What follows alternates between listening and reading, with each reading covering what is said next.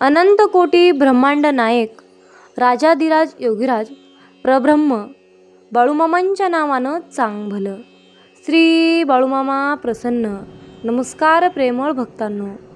मामा सांगतात, नशिबाचा विचार करणाऱ्याला भविष्य भीतीदायक वाटतं, पण कर्म करणाऱ्यांचा वर्तमान त्याचं भविष्यातील सामर्थ्य ठरवतं. पण कर्म करणाऱ्याचा वर्तमानच त्यांचं भविष्यातील सामर्थ्य ठरवतं. जय बाळूमामा.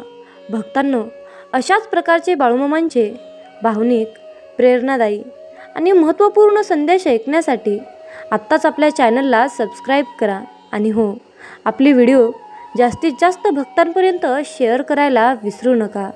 कारण भक्तांनो, बाळूमामांच्या सेवेचा झेंडा आपल्याला घराघरामध्ये उभा करायचा आहे.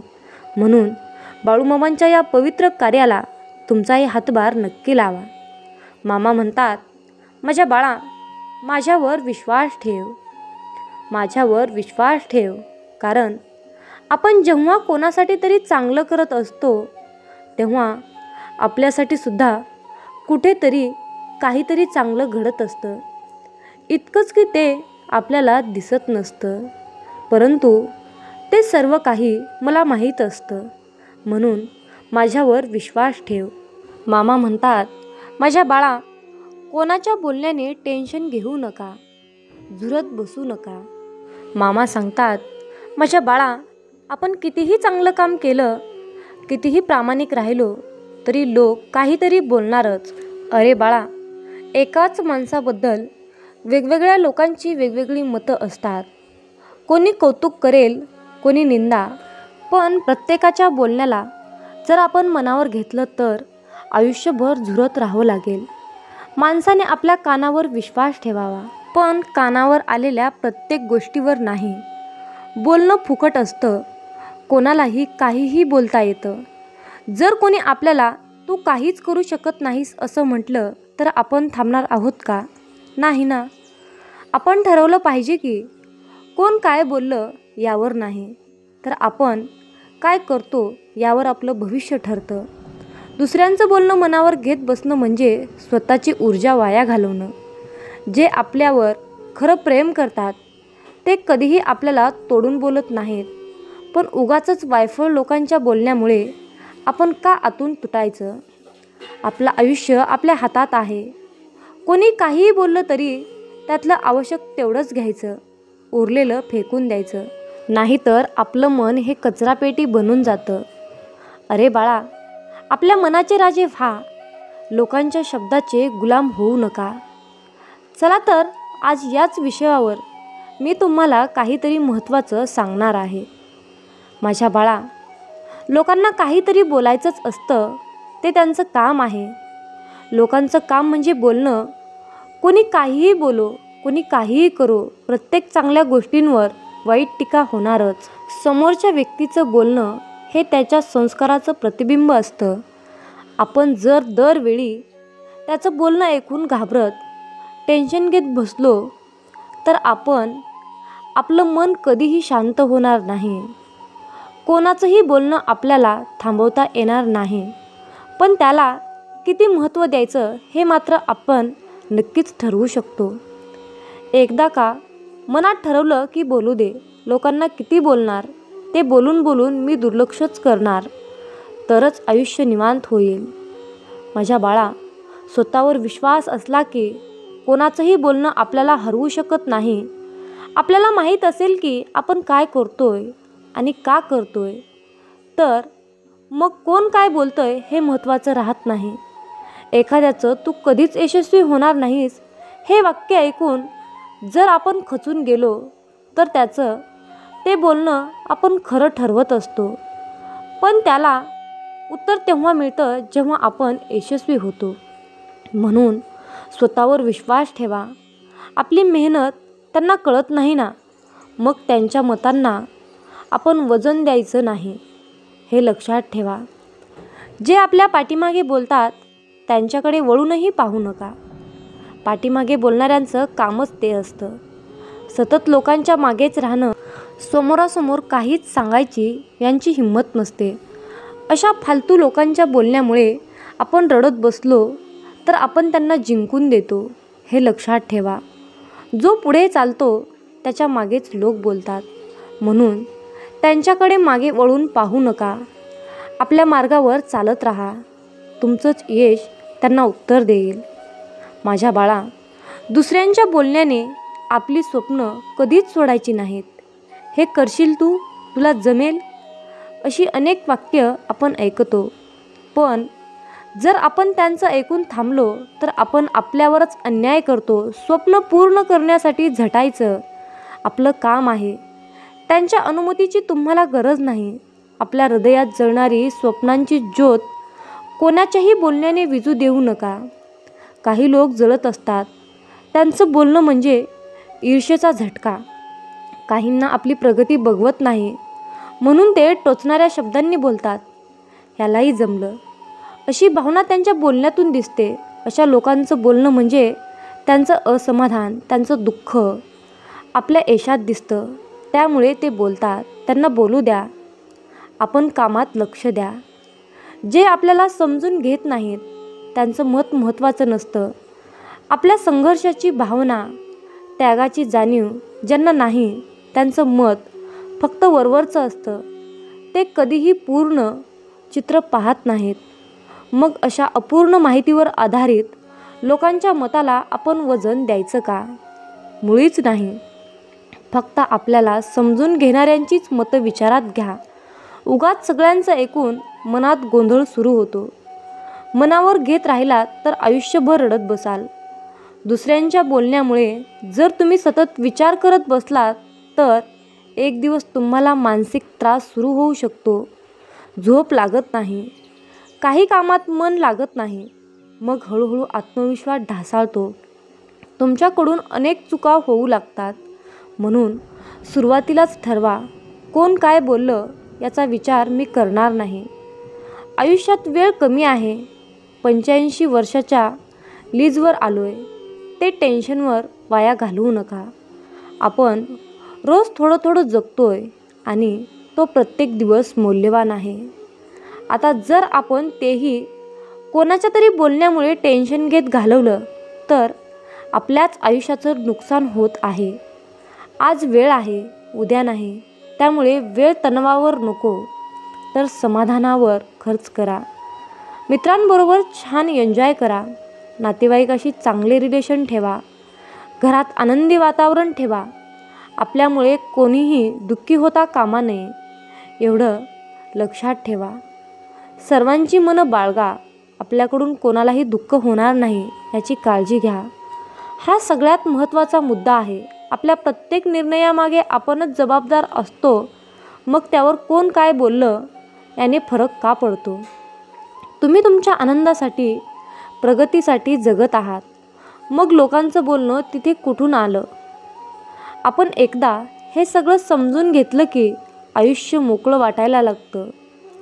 शेवटी जेवढं स्वतःवर प्रेम कराल तेवढं जग बदलेल आणि ते बदलताना तुम्हाला दिसेल. जर तुमचं स्वतःवर प्रेम असेल तर दुसऱ्यांचं बोलणं आपल्याला त्रास देत नाही.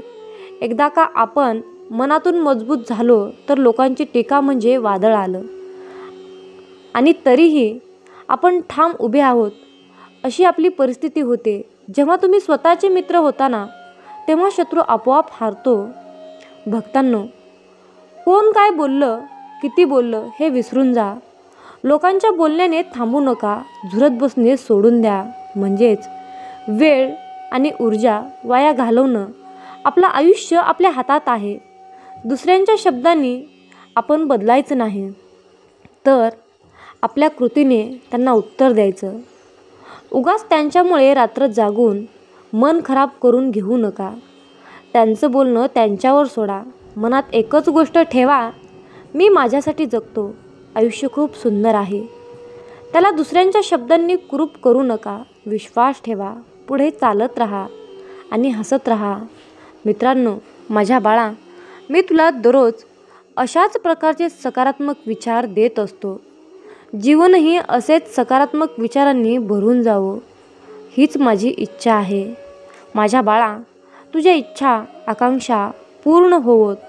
तुला सुख समृद्धी लाभो. हीच माझी इच्छा आहे. माझ्या बाळा, कष्ट केल्याशिवाय मिळत नाही ते फळ आहे. कष्ट केल्याशिवाय मिळत नाही ते फळ आहे. पण मामांच्या कृपेने अशक्यही शक्य होतं. ही मामांची पुण्याई आहे. जेव्हा आयुष्यात संकट येतात तेव्हा घाबरू नका. मामांना हक्काने पुकारा. मामांना हक्काने अगदी अंतःकरणातून आवाज द्या. संकट पळून जातील, मार्ग दिसेल आणि यश नक्कीच मिळेल. अशक्यही शक्य होईल. जय बाळूमामा. भक्तांनो, जो देव रात्री झाडावर बसलेल्या पक्ष्यांना झोपेतही पडू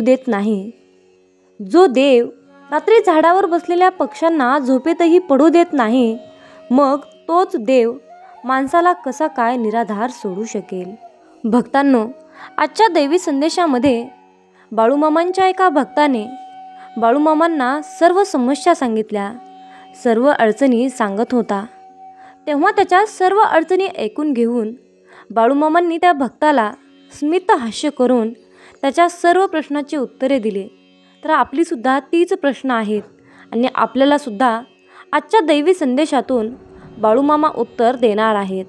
चला तर मग काय बाळूमामांचा आणि बाळूमामांच्या भक्तांचा संवाद आहे ते आपण ऐकूया. भक्तांनो, एक बाळूमामांचा भक्त असतो. तो बाळूमामांकडे जातो आणि मामांना म्हणतो, बाळूमामा, मी तुम्हाला एक प्रश्न विचारणार आहे, विचारू का?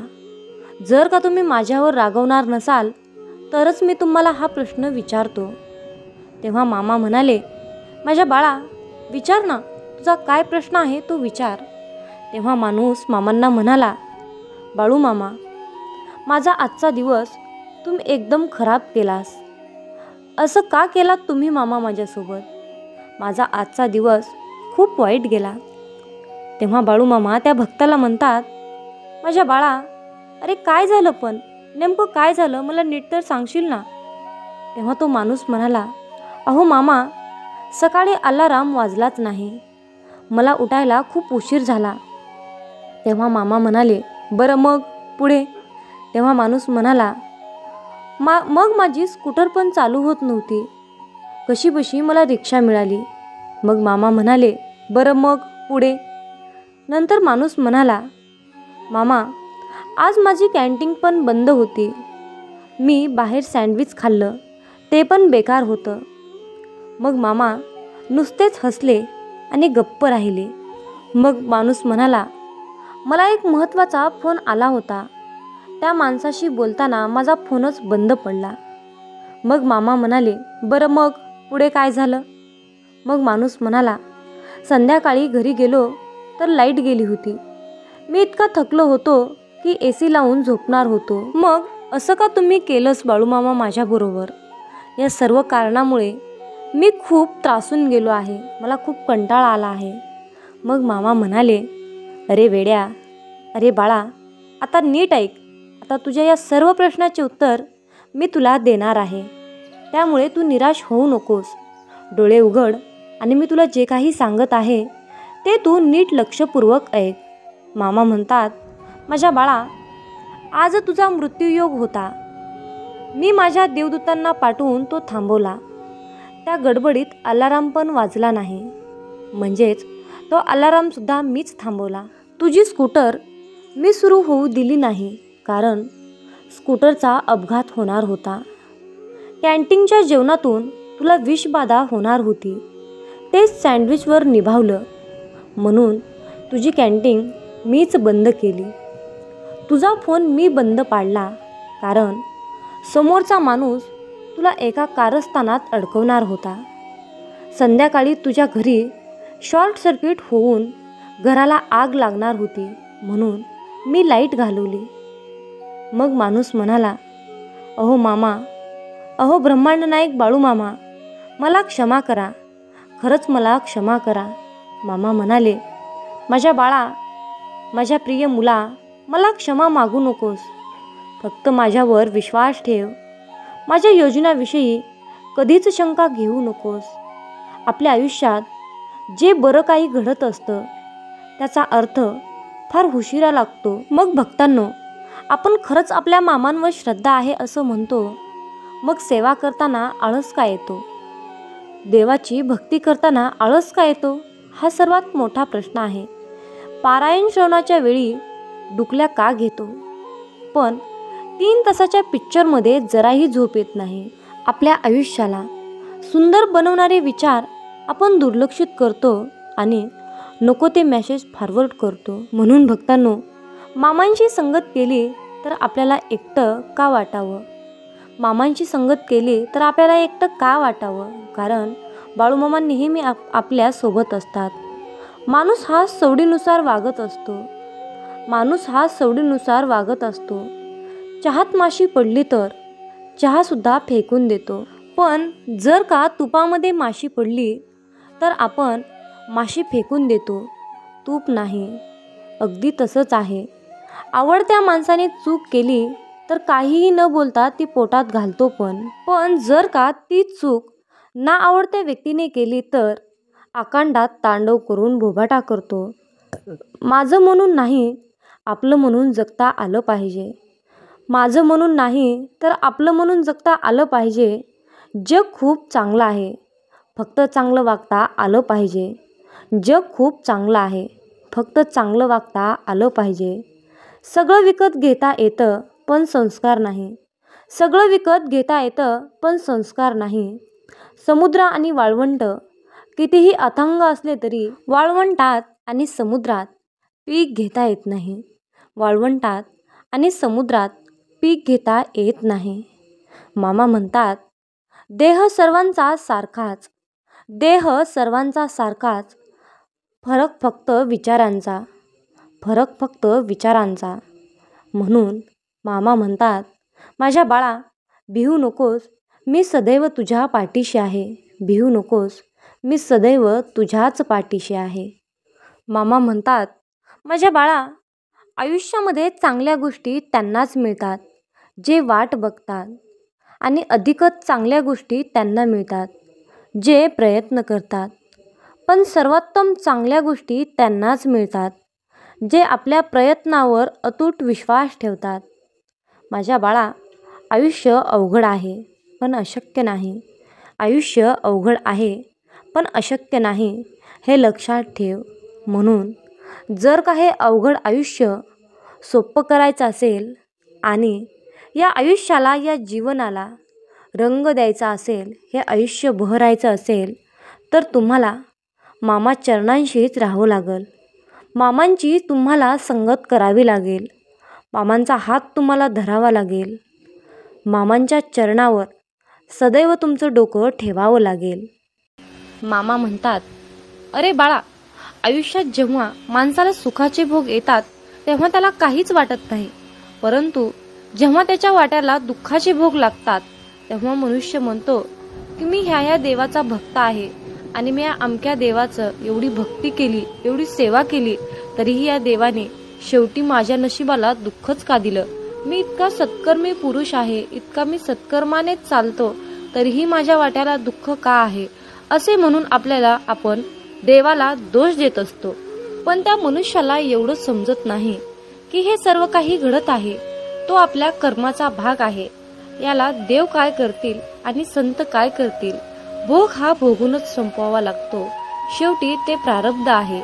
मग तुम्ही म्हणाल की भोग हा भोगूनच संपवावा लागतो, आयुष्यातील दुःख अडचणी हे भोगूनच संपवावे लागतात, तर शेवटी मामांच्या सेवेचं आपल्याला काय फळ मिळणार आहे? हा सर्वांच्या मनामध्ये प्रश्न येणे साहजिकच आहे. चला तर त्या प्रश्नाचे उत्तर आपण आजच्या संदेशातून जाणून घेऊया. मित्रांनो, आपण आपल्या मागच्या जन्मामध्ये जे काही काम केलं आहे, वाईट कर्म केले आहेत, जे काही पाप केलं आहे, ते पाप नष्ट करण्यासाठी आपण या जन्मामध्ये केलेली मामांची सेवा ही त्या पापांना नष्ट करत असते. सेवा करून त्या पापाची परतफेड करत असते. ही सेवा त्या पापाचं क्षालन करत असते. आणि या चालू कलियुगातील जीवनामध्ये जे काही आपण वाईट कर्म करतो त्याचे फळ आपल्याला लगेच मिळत असते. मित्रांनो, फक्त प्रश्न आहे वेळेचा. कुणाला लवकर त्या पापाची परतफेड करावी लागते तर कुणाला उशिरा करावी लागते. त्यामुळे एक लक्षात ठेवा की नेहमी चांगले कर्म करा. तुम्हाला उशिरा का होईना त्या सेवेचे फळ हे 100% मिळणारच हे निश्चित लक्षात असू द्या. आपल्या दुःखाचा आणि परमेश्वराच्या भक्तीचा कसल्याही प्रकारचा संबंध नसतो. त्यामुळे मित्रांनो, देवाला, परमेश्वराला, परमपिता परमात्म्याला कसल्याही प्रकारचा दोषी तुम्ही ठरवून ही मोठी चूक करू नका. म्हणून मामा म्हणतात, अरे बाळा, पुण्य जरी दिसत नसलं तरीही त्याची योग्य वेळ आली की त्याच्या फळाची उपभोग आपल्याला नक्कीच घेता येतो. कारण मित्रांनो, कमवलेल्या पैशाचे काम जिथे थांबते ना, तिथूनच केलेल्या पुण्याच्या कर्माची सुरुवात होते. जीवनामध्ये सुख कधीच संपत नाही, ते रोज नवीन नवीन उगवत असते. नव्या सुखाला जागा करून दिली की ते आपल्या आयुष्यामध्ये ऑटोमॅटिक रोजच्या रोज येत असते. काल केलेली मशागत आजच्या कृपेच्या रूपेमध्ये प्राप्त होते. आपण कितीही काहीही नको नको म्हटलं तरीही जर आपले कर्म चांगले असतील तर त्याचे आपल्याला चांगलेच फळ मिळते. जरी तुम्ही मला नको म्हणाल तरीही, आणि जर तुमचे वाईट कर्म असतील तर तुम्ही मला हे नको नको म्हणाल तर तुम्हाला त्या कर्माचे फळ वाईटच मिळत असते. मित्रांनो, चांगले विचार आणि सदृढ आयुष्य म्हणजे ही नियती आहे. जे आपण कराल त्याचेच फळ आपल्याला इथे नियती देत असते. मामा म्हणतात, माणूस कितीही चतुर, कितीही हुशार असला, कितीही सत्कर्माने काम करत असला, कितीही चातुर्यपणाने काम करत असला तरीही शेवटी त्याला नियतीला मांडलेला डाव हा स्वीकारावाच लागतो. पण ज्या वेळेस मित्रांनो आयुष्यामध्ये नेहमी तुम्ही सत्याच्याच मार्गाने काम केले तर तुमच्या त्या सत्याच्या मार्गामध्ये आणि तुमच्या सेवेमध्ये इतकी शक्ती असते ना की एक वेळ नियती सुद्धा तुमच्या समोर हार मानते. म्हणून मित्रांनो, नेहमी चांगले कर्म करा, सत्याच्या मार्गानेच राहा, लबाडी चोरी अजिबात करू नका. असं म्हणतात की आपली संगतच आपले भविष्य घडवते. म्हणून संगत ही चांगली करा, चांगल्या लोकांशी संघटित राहा, एकरूप राहा. जीवन हे खूप सुंदर आहे आणि खूप छोटं आहे. हे जीवन हसत खेळत आनंदाने जगा, कारण उद्या आपल्यासोबत, आपल्या भविष्यामध्ये, आपल्या नशिबामध्ये काय घडणार आहे हे कुणाला सुद्धा माहीत नसते. त्यामुळे आनंदी राहून, समाधानी राहून जीवनाचा खरा आनंद घ्यायला शिका. शेवटी तुम्हाला मामांकडे एकच मागायचं आहे की मामा, वाट चुकलोय, थोडी वाट दाखवा ना. वादळात हरलेल्या जहाजाला थोडा काठ दाखवा ना. मामा, अंधार खूप आहे, थोडा प्रकाश दाखवा ना. मामा, तहान खूप लागली, थोडं नाम घेण्याची शक्ती द्या ना. मामा, मी तुम्हाला मागत राहीन, तुम्ही मला देत राहाल, परंतु आज मला तुम्ही एक शेवटचं वचन द्या ना. कधीही काढणार नाही या बालकाच्या डोक्यावरचा हात, कधीही सोडणार नाही या बालकाची साथ, असं तुम्ही आज मला एक शेवटचं वचन द्या ना. मित्रांनो, आयुष्यामध्ये सुखादुःखाचे हे कालचक्र कायम फिरतच असते. तुमच्या आणि माझ्या आयुष्यामध्ये खूप दुःख आहे. जर आपण या आयुष्याकडे सुखाच्या नजरेने, आनंदाच्या नजरेने पाहिलो तर हे आयुष्य खूप सुंदर आहे. पण याच आयुष्याकडे आपण दुःखाने बघितलो, रडत बसलो तर हे आयुष्य आपल्याला दुःखातच जाणार आहे. हे आयुष्य आपल्याला दुःखच देणार आहे. म्हणूनच तुम्हाला सांगावंसं वाटतं की रडू तर खूप येत होतं, रडू तर खूप येत होतं, पण डोळ्यात पाणी दिसत नव्हतं. चेहरा तर कोरडा होता, पण मन मात्र भिजलं होतं, मन मात्र भिजलं होतं. मित्रांनो, डोळे पाहणारे खूप सारे असतात, पण मनातील भावना जाणणारे, मनातील ओळखणारे फक्त आपले ब्रह्मांड नायक बाळूमामा असतात. जय बाळूमामा. तर मित्रांनो, आजच्या दैवी संदेशातून मी एक छोटीशी आणि भावनिक कथा तुम्हाला सांगणार आहे. तर एका भक्ताने सकाळी देवपूजा करत असताना मामांना प्रश्न विचारला, अहो मामा, मी तुमची दररोज मनोभावे, श्रद्धेने, अगदी अंतःकरणातून तुमची सेवा करतो. मी कुठलंही काम करत असताना प्रामाणिकपणे करतो. मी कुठल्याही कामामध्ये लबाडी करत नाही किंवा मी कुणालाही लुटमार करत नाही. मी एवढा चांगला वागूनही, प्रामाणिक वागूनही लोक मला का टाळतात आणि अशा वेळी तुम्ही माझ्या मदतीला का येत नाहीत? आणि आयुष्यामध्ये नेहमी चांगल्याच माणसासोबत वाईट का घडतं? असा प्रश्न त्या भक्ताने मामांना केला. मामा म्हणतात, माझ्या प्रिय बाळा, तू निराश होऊ नकोस. तू प्रामाणिक असून सुद्धा जे लोक तुला खूप त्रास देतात, तुझ्याशी खोटं बोलतात, तुझी लूटमार करतात, त्यांच्याकडे मी पाहत आहे, मी बघत आहे, मी ब्रह्मांड नायक आहे. पण बाळा, लक्षात ठेव, तुझ्याशी खोटं बोलल्याने, तुझी फसवणूक केल्याने त्यांचा थोडा क्षणासाठी फायदा होतो, पण त्यांच्या आयुष्यात पुढे जे काही त्यांना भविष्यात मिळणार होतं ते गमावून बसलेले असतात. हे लक्षात ठेव. कारण बाळा, जसे कर्म तसेच फळ मिळणार आहे. हा नियतीचा गुरुत्वाकर्षणाचा सिद्धांत आहे.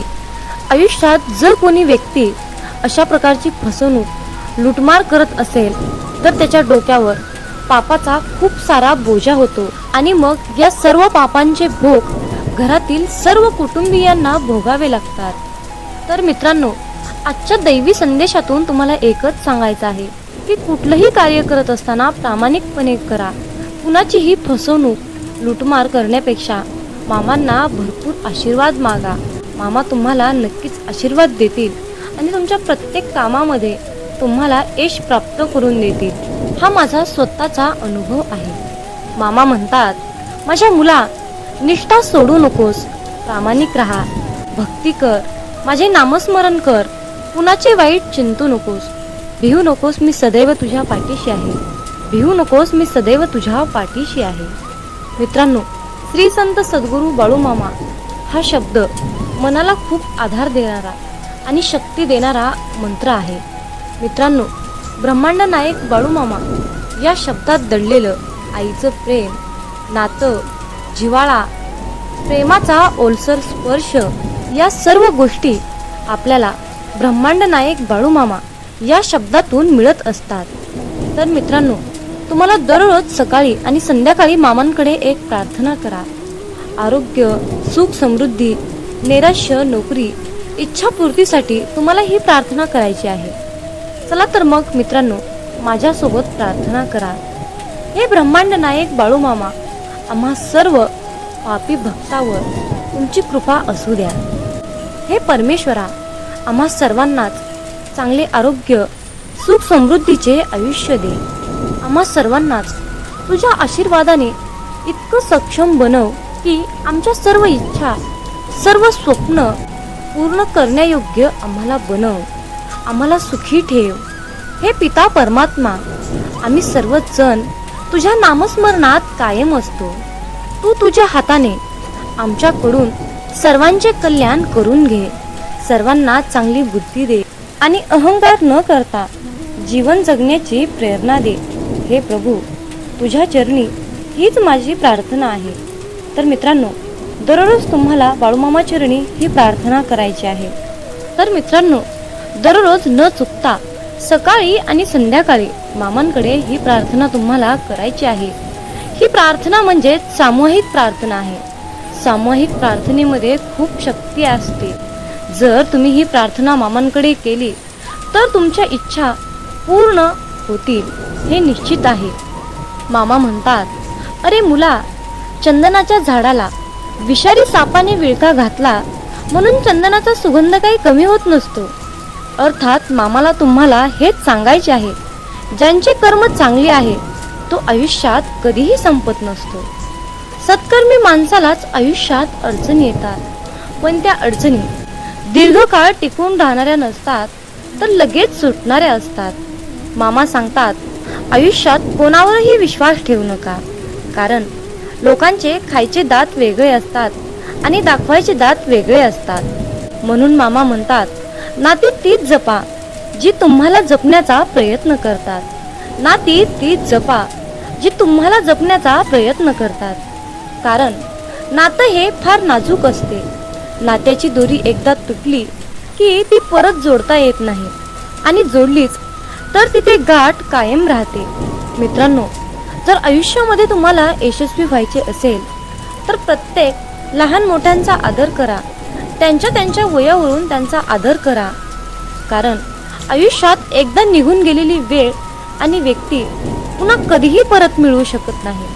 म्हणून वेळेला जपा आणि त्याचबरोबर माणसांना सुद्धा जपा.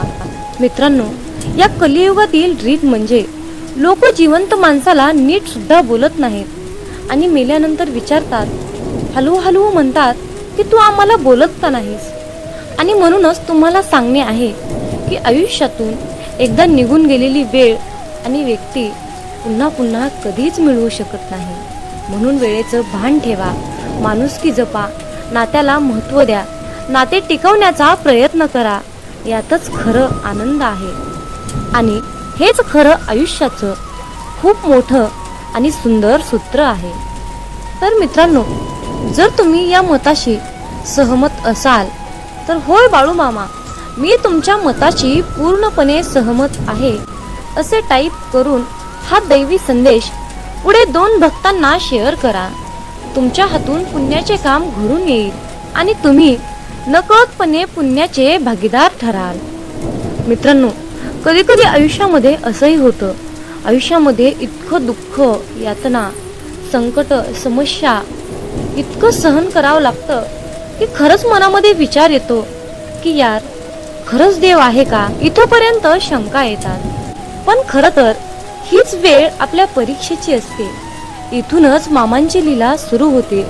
विश्वास ठेवा, इथूनच मामांचा खेळ सुरू होतो, मामांची लीला सुरू होते. म्हणून मामांवरचा विश्वास डगमगू देऊ नका. जसं आई आपल्या बाळाला हवेत भिरकावते, पण ते बाळ काही क्षण हवेतही असतं. ते हसत असतं, ते आनंद घेत असतं, पण त्याला पूर्णपणे विश्वास असतो की जे कोणी आहे ते मला खाली पडू देणार नाही. अशाच प्रकारचा इतका घट्ट विश्वास आपल्या मामांवर ठेवा आणि मग बघा मामांची लीला, मामांची शक्ती, माझ्या मामांचा चमत्कार. तुम्ही तुमच्या आयुष्यातील कितीही मोठ्या संकटावर विजय प्राप्त करू शकाल. ही माझ्या मामांची शक्ती आहे, ही माझ्या ब्रह्मांडाची शक्ती आहे, ताकद आहे. असा दृढ विश्वास तुमच्या मनात, तुमच्या अंतःकरणात असला पाहिजे. मित्रांनो, कोणी नाव ठेविले म्हणून थांबायचं नसतं. कोणी नाव ठेविले म्हणून थांबायचं नसतं. आपण आपलं चांगलं कार्य करायचं असतं. आपण आपलं चांगलं कार्य करायचं असतं, हे लक्षात ठेवा. कारण मित्रांनो, जो देव रात्री झाडावर झोपलेल्या पक्ष्यांना कधी झोपेतही खाली पडू देत नाही, मग तोच देव आपल्याला कसा काय सोडू शकेल. माणूस हा स्वतःच्या नजरेत चांगला पाहिजे. लोकांचं काय, लोक तर देवात पण चुका काढतात. म्हणूनच बाळू मामा आजच्या दैवी संदेशातून तुम्हाला सांगू इच्छित आहेत की अरे मुला, कुठलंही काम करत असताना प्रामाणिकपणे कर. हाल होतील पण हार होणार नाही, हे निश्चित आहे. आणि असा आज माझा तुला शब्द आहे. बाळू मामांचा हा आशीर्वाद सर्वांनीच प्राप्त करून घ्या आणि मामांना धन्यवाद म्हणा. देवाचे आभार माना, देवाचे आभार मानायला शिका. आयुष्यात तुम्हाला कशाचीही कमी पडणार नाही. फक्त माझ्या मामांच्या शक्तीवर विश्वास ठेवा. तर मित्रांनो, आजचा हा दैवी संदेश तुम्हाला कसा वाटला कमेंट करून मला नक्की कळवा. हा संदेश तुम्हाला आवडला असेल तर शेअर करा आणि अशाच प्रकारचे महत्त्वपूर्ण, भावनिक, प्रेरणादायी, प्रेमळ संदेश ऐकण्यासाठी आपल्या चॅनलला सबस्क्राईब करा. मग बोला बोला बाळूमामांच्या नावानं चांग भलं, हलसिद्धनाथांच्या नावानं चांग भलं. धन्यवाद.